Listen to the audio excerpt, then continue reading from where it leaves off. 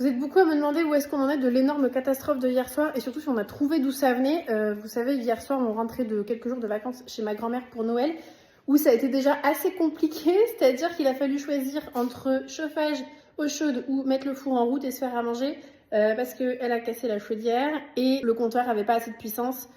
Donc, on pouvait pas mettre plusieurs appareils électriques en route. Bref, on a vécu 5 jours par 15 degrés dans les pièces chauffées et encore 11 dans les autres. Petite douche vivifiante à l'eau pas très chaude par 11 degrés dans la salle de bain, c'était super. Et donc, on pensait rentrer hier soir et retrouver le confort de notre maison. Et j'ai traversé la maison comme je suis en train de le faire là, avec Clochette dans les bras. Et en arrivant juste là, j'entendais ploc, ploc, ploc, donc j'ai hurlé. On a un problème, et effectivement, on a un énorme problème. Il y avait une fuite d'eau, mais genre monumentale. Donc voilà le résultat à J plus 24 heures, là, quasiment pile poil.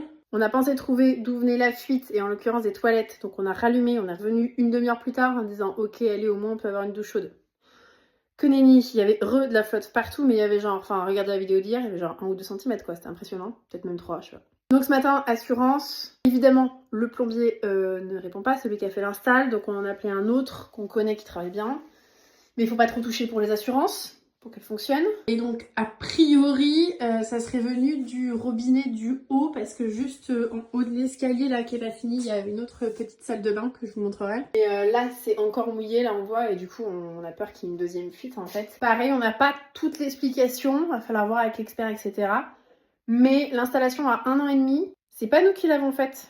Heureusement, j'avais fait un peu du forcing pour que, tant pis, on paye un artisan, mais qu'on ne soit pas responsable dans le cas où on aurait ce genre de problème. Et tout ce que je peux vous dire, c'est qu'a priori, pour l'instant, tous les joints sont pourris. Après, tout ce que tout le monde me dit, c'est directement compliqué avec les assurances.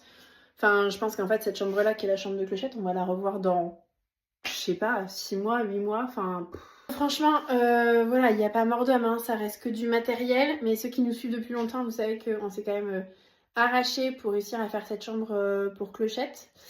Et qu'en plus, voilà, enfin, en ce moment, on n'a pas trop les moyens d'assumer ce genre de bêtises, quoi. Donc, bah...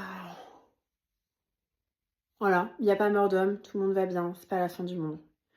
Et comme d'hab, on va trouver des solutions, mais on est quand même vachement abonnés aux galères. Franchement, c'est chiant. Je sais qu'il y en a plein parmi vous aussi, on sait le cas, et c'est relou. Je sais pas pourquoi, je sens qu'il n'y a rien qui va être simple dans cette histoire. Je vous tiens au courant demain, on va voir si ça avance rapidement.